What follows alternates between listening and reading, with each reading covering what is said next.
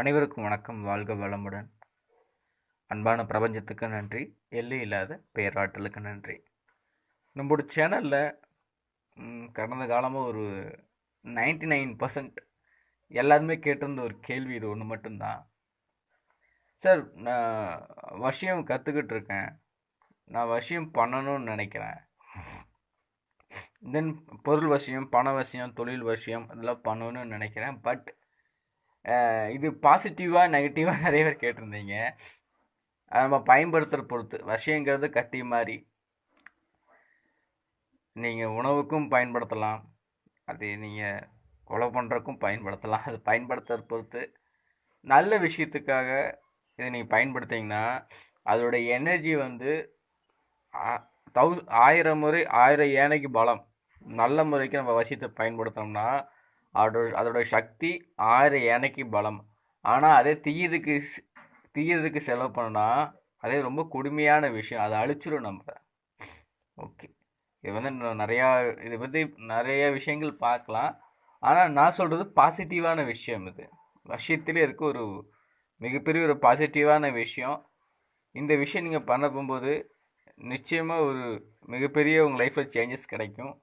நீங்கள் பிடிச்ச விஷயத்த உங்களால் வந்து அட்ராக்ட் பண்ண முடியும், வசியம் பண்ண முடியும்.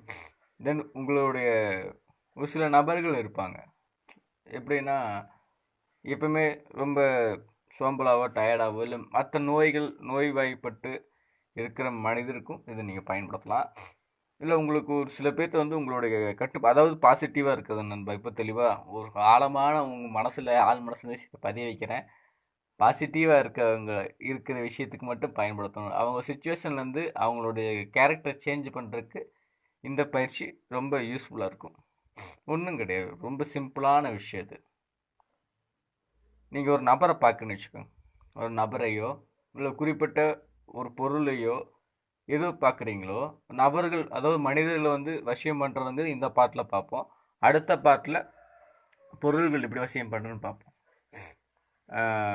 ஒரு நபர் பார்த்தீங்கன்னா அவங்களுடைய கண்களை வந்து நீங்கள் ஃபோக்கஸ் பண்ணணும். ஃபஸ்ட்டு விஷயம் லோக்குரமம் மாதிரி தான் இது. அந்த மாதிரி வராது, வேறு மாதிரி வரும்.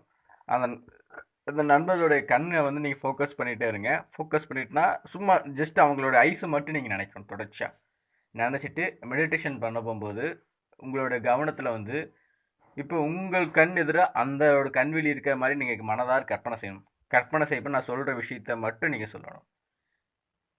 என்னுடைய கண்கள் இருக்கும் காந்த விசை மற்றொரு கண்களில் பாய்ந்து அவருடைய எண்ணத்தை என் கண்களால் நான் அடக்குகிறேன் அப்படிங்கிற விஷயத்த வந்து அதிகபட்சம் ஒரு 11 தடவை இந்த மாதிரி விஷயங்கள் சொல்லிட்டு வாங்க.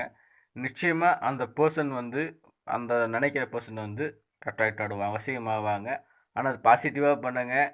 நிச்சயமாக ஒரு மிகப்பெரிய இது தெரியும், ஒரு வாய்ப்பு, அதாவது ஒரு சேஞ்சஸ் தெரியும். இதை பற்றி ஃபுல் டீட்டெயில்ஸ் எதுங்க கமெண்ட்ஸை தெரிய வைங்க. அடுத்தது வீடியோஸை பார்ப்போம். வாழ்க வளமுடன்.